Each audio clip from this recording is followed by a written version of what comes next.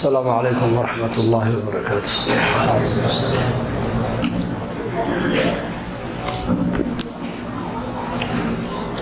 بسم الله الرحمن الرحيم. الحمد لله رب العالمين، وصلى الله على نبينا محمد وعلى آله وصحبه أجمعين. أما بعد، فأعوذ بالله من الشيطان الرجيم. واصبر نفسك مع الذين يدعون ربهم بالغداة والعشي يريدون وجهه ولا تعد عيناك عنهم تريد زينة الحياة الدنيا ولا تطع من أغفلنا قلبه عن ذكرنا واتبع هواه وكان أمره فرطا. وقال النبي صلى الله عليه وسلم: ذاق طعم الإيمان من رضي بالله ربا وبالإسلام دينا وبمحمد صلى الله عليه وسلم نبيا ورسولا، أو كما قال صلى الله عليه وسلم. إلهي baan ku xamdinaynaa annakana noo idmay inaan isoo booqano oo nii imanno, ininkana ina waafajiyey in kulanka aan diinteenna macaan isku baraarujinayno, isku naseexaynayno, inaan ka soo wada qaybgalla ilaahay baan ugu mahadinaynaa. nabigeenu calayhi salaatu wasalaam wuxuu noo sheegay ilaahay casa wajalla waxa uu leeyahay malaa'ig dhulka ayay kor socdaan oo yimaadaan, yaltamisuuna majaalisa dikri buu nabigu yidhi. majaalista ilaahay lagu xusaayo, ilaahay lagu weyneynayo, ilaahay lagu ammaanayo ayay raadiyaani doondoonaan. malaa'igta ka mida markuu arka majlis ilaahay lagu hadalhayo oo diinta lagu baranayo, malaa'igtii kaleu ku yidhaahdaa: halummu ilaa xaajaatikum, muraadkii aada lahaydeen eed adduunka dusheeda u timaadeen, eed adduunka ka lahaydeen anigaa arkee, kaalaya buu yidhahdaa. markaa kaalaya, markaasay malaa'igtu ay yimaadaan buu nebigu yihi calayhi salaatu wasalaam, majliska ilaahay lagu ammaanayo, ilaahay lagu hadalhayo, ilaa samada adduunyada malaa'igtu sidaas ku kor fuulaan buu nebigu yihi sal alla alay wasalam. waa war sax oo nebi maxamed uu noo sheegay sal alla alay wasalam. haddadana waxaan yaqiinsannahay malaa'igta inay nala fadhiyaan. majliska markuu dhammaaday lagu kala dareero ayaa malaa'igtii nala dhegaysanaysay dhinaca ilaahay markay u noqdaan ayuu ilaahay ku yidhaahdaa: maxaad la kulantay inaad ku urursanaydeen? markaasay malaa'igtu odhanayaan: addoommahaaga ka mida oo adig ku ammaanaya, oo adiga maaragtane kugu mahadnaqayay, oo kelinimada iyo midnimadana adiga kuu qirayay, weynidana maaragtane adiga kuu qirayay, kuwaasaan la joognay baa yidhahdeen malaa'igtu oo dhegaysanaynay. markaa buu ilaahay odhanayaa: may arkeen kuwaasi kuwa aniga iyo hadal haye i xusaayey ee igu mahadinayay may arkeen? maya, kumay arag bay malaa'igtu ay leeyihiin. ilaahay casa wajalla maan arkin, laakiin jiritaankiisa waan maqalay, waan rumaynay. ilaahay inuu koonka ka taliyo keligii, oo isagu keligii khalqiga uu leeyahay, oo innakana isagu sakeen leeyahay, waan maqalay, waana rumaynay. waana nicmada khaaska ee dadka muslimiinta aakhira zamanka ay haystaan. waa nicmada la odhan karaa asxaabu rasuulillaahi sala allahu calayh wasalam, nicmadaas inaku waan dheernahay. laanna asxaabu rasuulillaahi sal alla alay wasalam nebiga way arkeen, wayna aamineen iyaku, walaakiin inaku maan arkin, waan aaminina nebi maxamed sal alla alay wasalam. ilaahay casa wajalla saxaabadu may arkin, laakiin iyakuna way aamineen. laakiin iyaku waxay nagu dheer yihiin nebigeena moxamed calayhi salaatu wasalaam ayay suxbad la yeesheen, inay la kulmeen. oo qur-aanka ayaa dushooda kusoo degaya, iyaka qur-aanka freesha ayaa nebiga lagu soo dhiibaya calayhi salaatu wasalaam. deedna markaabuu nebigu qur-aanka dushooda ku akrinayay. ama ta inaku asxaabu rasuulillaahi aan dheernahay, nebi maxamed calayhi salaatu wasalaam maanu soo gaadhin oo maan arkin, haddana waan aaminay oo inaku waan rumaynay. وعماش النبيين عليه الصلاة والسلام مركو قبورها أتجي ذاتي قبورها كجرة قبورها بقيع ليلة أي نبي بغضاء ودعي لأن مركا رجل الله سعود صحابتي سقار كامل أي كيولي وعن جعلان لها ولا لها إلا نركي لها مركا بير هذا النبي الله أنك ولا لها ميانا نهي مركا النبي عليه الصلاة والسلام كيولي ما إنكم أصحاب تيديباتين ولا لها وكو عنك دبضي إيمان دونا يكو عنك يأركنوا يسوق علينا وإرمين دونا النبي عليه الصلاة والسلام يرفرس هذا لبدينا نحن يرفرس أبدا نحن جوكتها فريسان وحبونا ستابونا سكان وين بينهم فرنا إنها هي قاضي صوصلا ما حدا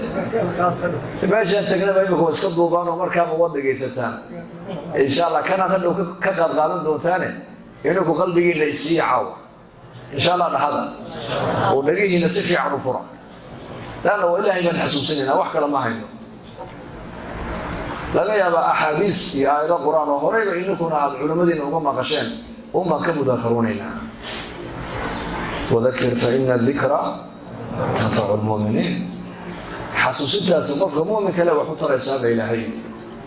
التذكرة الموعظة تذكرة للعالم وتعليم للجاهل بلي حسوسيته موعظة مركي من لقى جيريون الوعد يسكتاكو عالم كينا علم يسيب الله حسوسين يا جاهل كينا أقوم الله كرين يا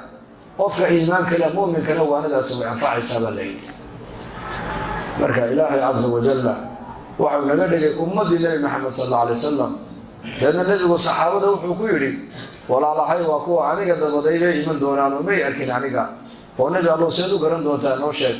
marka uu nabigu halkii weysada ay marinayeen oo iftiimaysay marka qiyaamada igu iman doonaan buu rasuulku yiri marka ilaahay ma arkin oo nabigiisa alayhi salaatu wasalaam ma arkin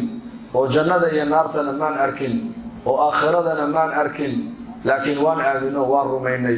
لذلك ضد المؤمنين بإلهي نقدك إنك الحمد لله هذا إلهي الإسلام لماذا ينقود هذا بلدي مركو هذا يا رب ما يكون ما يركن كواس يكون هذا أنا أكو أركن ما يكون أمانيين ويكون محنقيين مركز إلهي عرنا يا فالكور ما هذا يركن هايين مركز ملكو هذا يكون أركن هايين sida hadda ay ku barayaan wax ku weydiisanayaan ay ku hadalhayaan ay ku amaanayaan si ka sii weyn oo ka sii xeel dheer ay ku amaani lahaayeen ku hadalhaynayeen marka ilaahay raada maxay weydiisanayeen in sheega jannada ku weydiisanayeen jannada waa meesha qofka muuminka adduunka dusheeda ilaahay ku raali geliya isagana hadhow aakhira lagu raali gelin doona jannada la yiraahdaa muuminku adduunka intuu joogo ilaahay uu raali gelintiisu ku dadaalaya isagu markuu dhintana waxa uu bilaabmaysa raali gelintii naftiisa la raali gelinayay oo 60 ka sano 70 ka sano adduunyada lagu siiyay ma hayna naftaada raali geliso ma hayna reerkaaga raali geliso ma hayna makhluuq sidaada aad raali geliso makhluuq hadaa tiraada raali geli makhluuq waligood iyo Allah raali noqon maayaan ridan naas qaayatu la yudrak hadaa tiraada bini aadamka raali geli bani aadam kuwaliga raali ka noqon maayaan laakiin ilaahay hadaa tiraada raali geli ilaahay wax yar buu raali kaaga noqonayo ugu adduunka marka inta waxa la inoo keenay 60 ka sano la inoo siiyay ee araga iyo maqalka iyo caafimaadka iyo waqtiga iyo dhaqaalaha iyo arsaaqada la inoogu deeqay wax kala ma aha walaalayaal inaan ilaahay raali gelino oo sida ilaahay naga doonayo aan u dhaqano u noolaano oo adduunka la inoo keenay ama meesha inaka la inagu raali gelinaya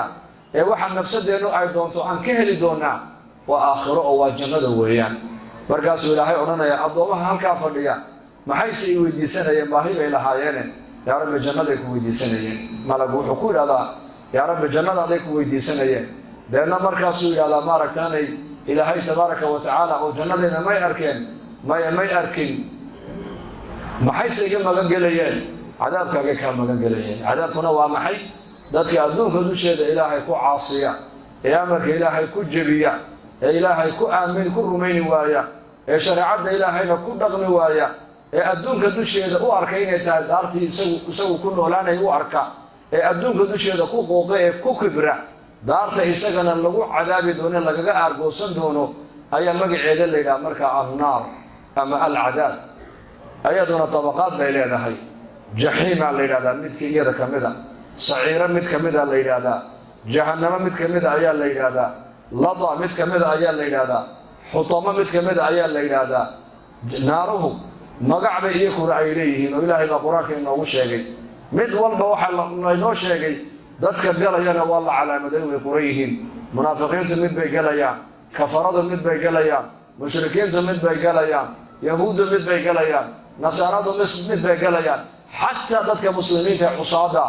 cusaada ummadda nebi maxamed calayhi salaatu wasalaam baa la yidhi ayagu jahannamay galayaan baa la yidhi waa qofka adduunka dusheeda ilaahay uu rumaysnaa laakiin wuxuu dhintay isagoo dunuubta waaweyn ee kabaa'irka ku dhex jira kabaa'irka waxaa ka mida buu nebigu yidhi ilaahay oo loo shariig yeelo sixirka ayaa ka mida cuquuqulwaalideynka ayaa ka mida qatlu nafsi naf bini aadam xaqdarro lagu dila ayaa ka mida markhaati beenaalaha ayaa ka mida kiibada dadka la xamanaya ayaa ka mida zinada ayaa ka mida labada waalidoo la aflagaadeeye ayaa ka mida taa dadkeena soomaalidu kabaa'irba uma haystaaba min alkabaa'iri shatmu rajuli waalidayhi buu nebigu yuri sal alla alay salam dunuubta waaweyn ee kabaa'irka waxaa ka mida buu nebigu yidhi ninka oo labadiisa waalid aflagaadeeya markaasay saxaabadu way yaabeen yaa rasuul allah sidee ku dhici karta ma nin unbaa labadiisii waalid cali oo afka ku taagi markaa buu nebigu sheegay sida labada waalid afka loogu taagayay buu nebigu noo sheego wuxuu yidhi kan kale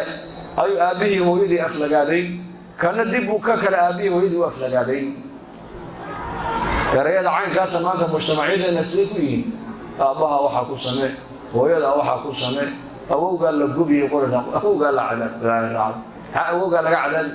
oday dhintay maxaad u caayi maad inagu islaysaan haddaad cidda islaynaysaan afxumadu diinteena islaamka uma ogolo sibaabu lmuslimi fusuuqun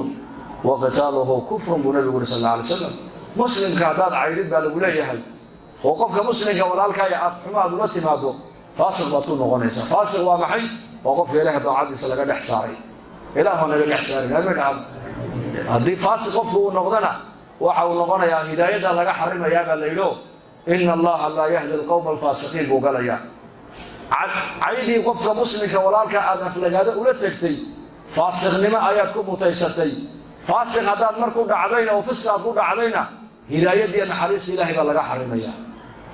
marka muslimka caydiisa buu nebigu yihi faasiq baa lagu noqdaa faasiqna hidaayad ma hele ogow haddii muminka qofka muslimka la dilo xaqdaro dhigiisa lagu daadiyana waa lagu gaaloobaa buu nebigu yuri sal alla alay wasalam wa qitaaluhu kufrun muslimka haddaad iska disho xaqdarro ku disho waad ku gaalowday ogow marka kabaa'irka dunuubtaasaa ka mid a labada waalidoo la iska caayo sidaad u caayi ka kalaad aabbihii hooyadii cayday iska daa wax kale maalin baan islaan ninteedii eed kule aabbaha waxaa ku samee hooyadaa markaasaa ku hooyadeed waa adiga maxaad u caayi markaa adaa iscaayay tarbiyadda maxaad uga xumayn markaa bay tiri wayga cadhaysiisay ciyaalku hadday kaa cadhaysiiyaan lama habaaro lama caayo waa loo duceeyaa curfiga carabta ayaa loo nagaga fiicano carabta marka ilmuhu hooyadii ama aabbihii uu waxuusan rabin uu raalli ka ahayn hortiisa ku sameeyo allah yahdiik buu ihahdaa allah yarxamak allah yarxam waalidayk allah yaciinak allah ha kuu kaalmeeyo allah ha kuu naxariisto labadaada waalid allah ha u naxariisto hooy waada dhibtay allah ha ku soo hadeeyo soomaalida maxay tidhahdaa waraaba ku cun baabuur ku qaad meel daran ka dhac xabad ha ku qaado way qaaday dee waata dhallinyartii o dhan maanta inkaartay ku wada dhacdeen magafo gacanta u gashay jamaacadadu adiga arkoo dadka iska ziyaartaan ogtahay maalin waxay ziyaarteen oday bay ziyaarteenoo aad bay jamaacaddii markay soo noqdeen bay murugoodeen waxay dhaha war waxaan aragnay dhibaataan aragnay maxaad aragteen odaygii hebel hebel ahaabaa na kaxeeyo inankiisii buu noo geeyey waa inan dhalay isagu dhalo labada addinna silsilad baa kaga xidhan labada lugoodna silsilad baa kaga xidhan markaas way jamaacaddu u soo duceeyeen oo u duceeyeen saxrada laga guraya odaygaa ka guraya saxrada isagaa saxrada ka qaada isagaa u maydha cidyaha isagaa ka gura isagaa dharka ka bedela isaga mooyaane cid kale kama cabsoonayo waxaa dhacday odaygii inuu albaabka aqalka dhaafi waayeyba miskiinka iyo aqalka markaasuu 7 sanadood ayaan waa curadkaygu saa u dul fadhiyaa iyo duceeya markaaba jamaacadu ku yiraahdeen xanuunka sidoo ugu dhaco maxaa sidee xanuunkiisu yahay wuxuu anayga ga dhacday ana habaray nibtiisin anay maanta ugu soo noqotay inka jamaacadada dadka wacdiye waalidada u sheegay buu inay awlaadooda iska habaarin buu meel daran ka dhac balaayo ku qaad wara dhurwa kula tag ha oran ilmaha haduu ka cariisiyo waxa tiraada ilaahay ha ku soo haday ilaahay ha ku naxariisto khayr allah ku siiyo insha Allah hada soo sida oran meen hadeetood ahdabtaasi marka hadalka carabkan baa loo baahan yahay in hadalka wanaagsan la baro kalimatu tayyibatu sadaqa baa nabiga sallallahu alayhi wasallam kalmada wanaagsan oo nabiga waa sadaqa marka naartu waxa weeyaan dadka adduunka dusheeda ilaahay ku soo caasiya waa meesha iyagana maaragtana lagaga argoosanayo marka malagii markuu yiraahdo naartay ka magan galayeen oo naartayda may arkeen maya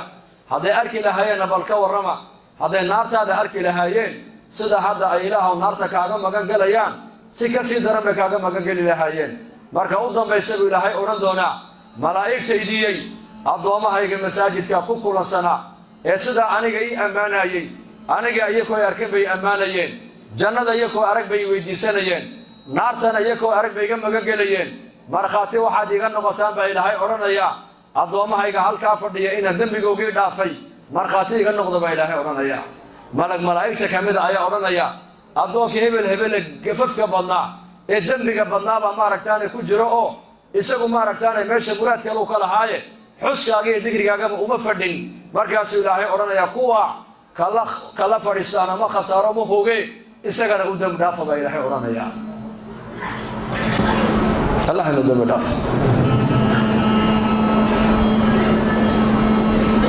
marka majliskan damb dhaaf baan kala kacayna naxariis baa nagu soo dagaysa qalbigeena ku xasilaaya qom masaajid ilaahay kamida buu nabigu ma fadhiistaan ilaahay diintiisa isma baraan oo quraankana ma akhristaan haday dhacdo buu nabigu sidaas malaa'ikta ayaa la fadhiisanaysa raxmadda ilaahay baa daboolaysa sakiinada qalbigooda ku soo dagaysa ilaahayna agtiisu ku xisaabu rasuulku yiri fadkuruni adkurkum washkuru li wala takfurun ba ilaahay xasuusta ana waan xasuusan إما هذا قبا إلهين ليه هاي قالوا بني ولا ليال إلهي ونجعله إلهي إسقى إن الربا بالي إلهي أبدون كيس إسقى الربا لكن أبدون كربي مرة ربا ما أنت مركن كل فاذكروني أذكركم يحصل بل أنا قوني هذا الهيا بإلهين أنا واني هذا الهيني هرجع سيقدر مركن قرآن كإلهي ونولا حلا يو ما هي قد جت أمريكا وسكيج على سينة يا سوما سكيج على سينة يا واشكروا لي ولا تكفرون بإلهين إما هالنقا ويقول شكرية بإلهين ليه هاي قالوا بني هذا شاكر نقطه فمن شكر فإنما يشكر لنفسه بلي قفك إلهي أقوم هالنقا نعمة إلهي كوجود دقي islaamnimadu ugu horeyso hadaan ilaahay ugu mahadnaqno oon arsaaqada ilaahay ugu mahadnaqno oon caafimaadka ilaahay ugu mahadnaqno oo lixaadka ilaahay nasiyaan ugu mahadnaqno ilaahay waxa uu leeyahay la in shakartum la azidannakum hadaa nicmada aan igu deeqay igu shukridaan baa ilaahay yiri aniguna waan nii kordhino waan nii biirinaya wala in kafartum min adabi la shadid hadaa nicmadayda aad dabooshaan oo qarisaan oo xaqa macsiyada aad ula aadaan oo igu caasidaan aniga nicmadaydi dib aniga igu caasidaan baa ilaahay leeyahay cadaabkaygu waa daran yahay ogaada faman shakara fa inma yashkuru li nafsihi waman kafara fa inna rabbi ghaniyyun kareem ghani ukadaqtoon yahay ilaahay cibaadadeena salaadan tukanina ka u baahan maaha ilaahay soonkan soomena ka u baahan maaha ilaahay zakadan dhiibayna ka ilaahay u baahan maaha diinteena aan baranayna ka ilaahay u baahan maaha diintaan dhageysanayna ka u baahan maaha diintaan isku sheegayna ka u baahan maaha ilaahay jalla wa ala innaka u baahana isagu nooma baahno من عمل صالحا فلنفسه عمل وناكسن قفك كشغيه با إلهي يري دل فيه عملك او كشغيه با إلهي يري لفيه ومن اساء فعليها قفك عمل حلي ما دنا لفيه سوء حميه نفط حمانتاس اسغون بكون نقون با إلهي يري من جاهد فإنما يجاهد لنفسه قفك الددالة با ليري جهادا نفتيس لا جهادا شيطانك لا جهادا عدوك لا جهادا الدويديس لا جهادا ما ركتانا قال لا جهادا إن كستو قفك جهادا با إلهي وحوليه الددالكاس يساق أبو قصة نقول أقول دين وحبا أقام كرم ماينو إلهي وحبا أكردين ماينو إلهي إنك أباهن هذا صوننا صونك إنك وحنا تريا هذا صدقات بحنا صدقات أذيك الله بحي هذا تكت الصلاة أذيك أهو الرئيساء وعملك أبوه الرئيب والنبي يقول عليه الصلاة والسلام مالك قيامها قفك عملك الله حسابي دون والنبي يقول والصلاة هذا صلاة دو هجاكتو عمل كستودن أو هجاجي هذا صلاة دو كخسارته والنبي يقول كحماته قفك سي أو هوجي أو خسارة برسول كله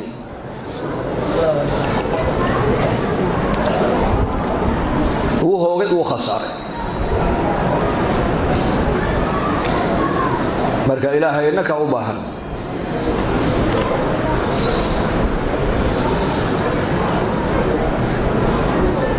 من اهتدى فإنما يهتدي لنفسه قفك هنون بالليل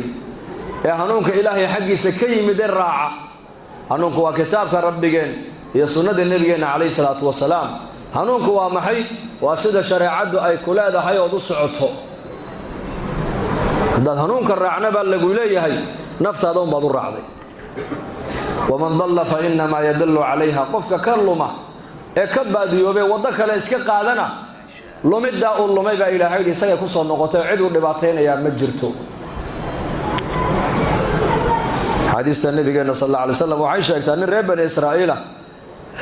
وشن بقول السنة إلهي كل عبود جزيرة دحليلة ما قصنا شن بقول السنة جزيرة دحليلة جزيرة داس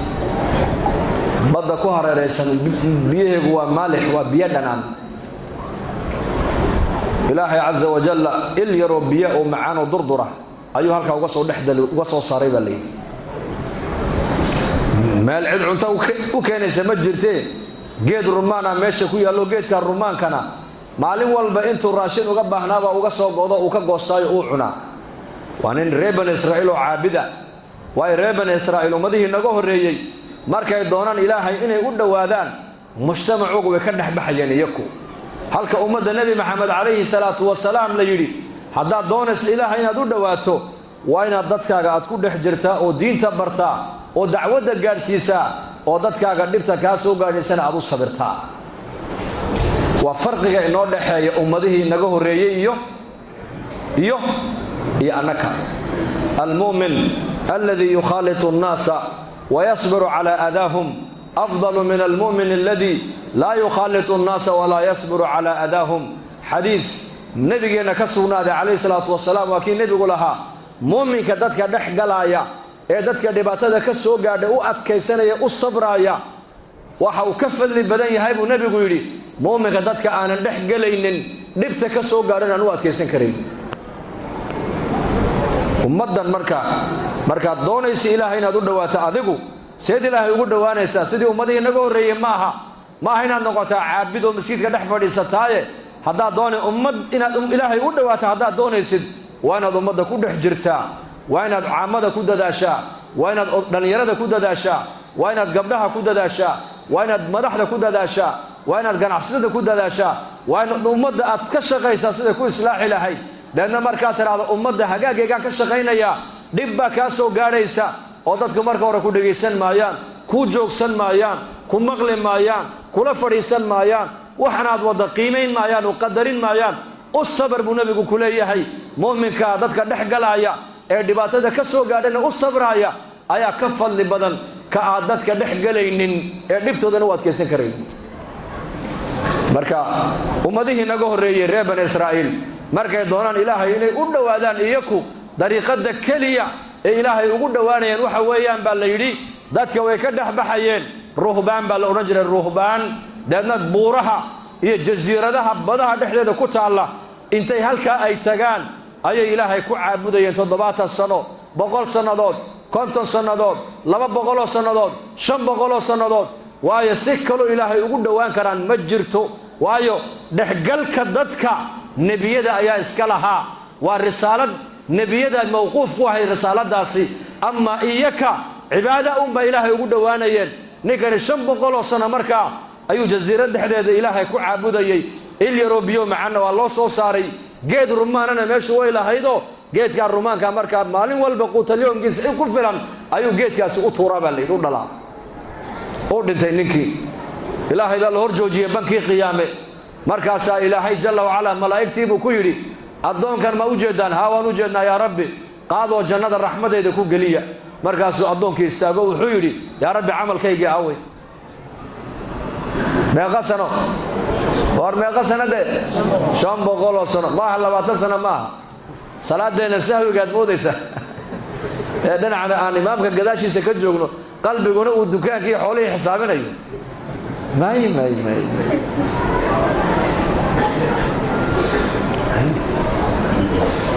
500 سنة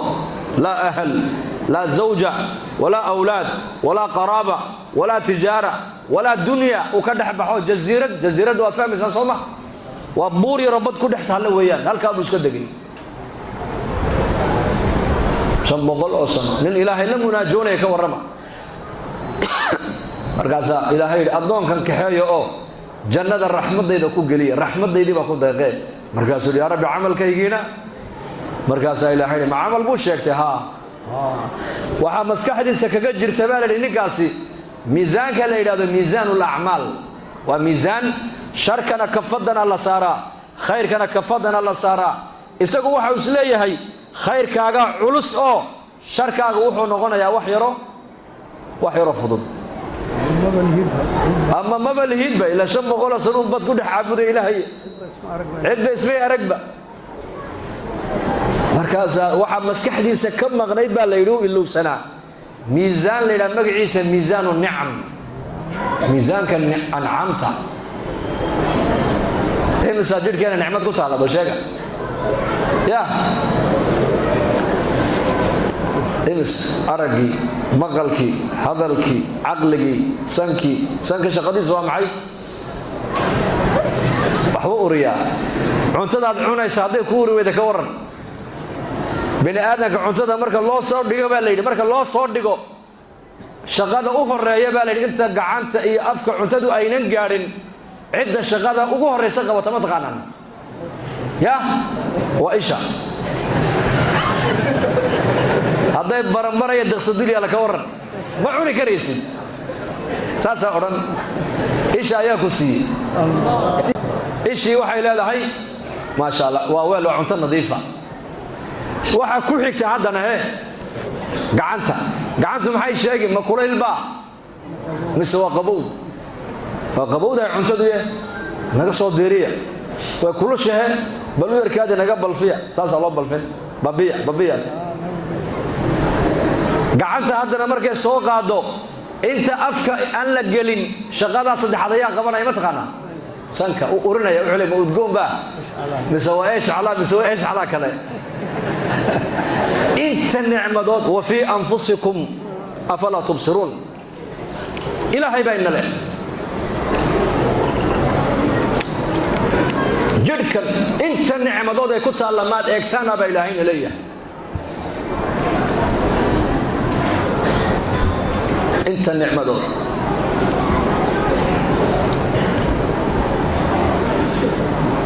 سانكي سو داف وخلي وا cunto udgoon afka la gelin shaqada ku xigta ayaa la markaa ay afraad arabku muxuu dareemaa isagu ma dhanaan ba mise waa qaraar waliba arabku waxa ajiib laba sifuule saddex sifuule waxa la yiri haday cuntadu engegsan tahayna uu qooyaa hadday tima la socdaana tinta uu qabtaa magnad buu leeyahay tinta bini aadanku caloosha ma gasha baa lagu leeyahay dhogor tin bini aadan iyo tin xayawaan caloosha bini aadanka ma gaadho waa mustaxiil way carabka qabanaya markiiba soo saaraya saddex shaqo leeyahay dhadhamada iyo waa magnad iyo cuntada bilaa biyaha engegsanna uu qooyaa